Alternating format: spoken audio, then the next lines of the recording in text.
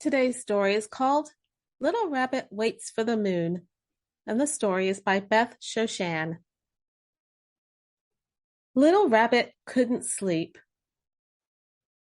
In the day, the sun is there warm and bright, but when the night comes, the sky hangs low, dark, and empty. If I fall asleep now, there'll be no one watching over me, thought Little Rabbit. I'll just have to wait for the moon. And so he did just that. The trouble with being so tired and sleepy was that he didn't know exactly when the moon would come out. Little Rabbit waited and waited. More time passed, and the moon still hadn't come. He thought he'd better ask someone how much longer he might have to wait. "This is my first day ever," said a small flower in the fields. "Maybe I will have grown into a tree by the time your moon comes." That sounded like a very long time. Little Rabbit thought he'd better ask someone else, just to be sure. "Look deep into the water," shimmered a little lake nearby. "Maybe your moon has fallen in and can't get out."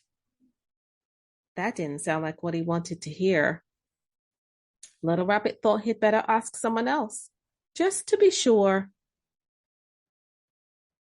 "Why don't you walk with me?" asked a twisted, long and winded path. "We can find out where I'm leading, and maybe your moon is at the other end." That sounded like it might be a very long way away. Little Rabbit thought he'd better ask someone else, just to be sure. "I've just blown into these parts," breezed the wind that had picked up. "Who knows?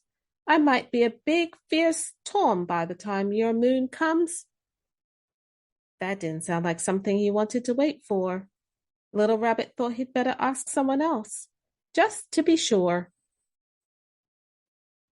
"We can't see your moon yet," rumbled the great rolling hills. "Maybe we can see far into the distance up here." Now, that didn't sound very promising.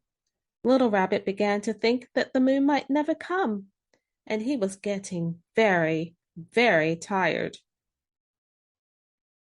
And then, from behind the hills, carried by the wind along the twists of the path, reflected in the lake, and shining in the petals of a small, small flower, was the most perfect moon that slid into the night sky.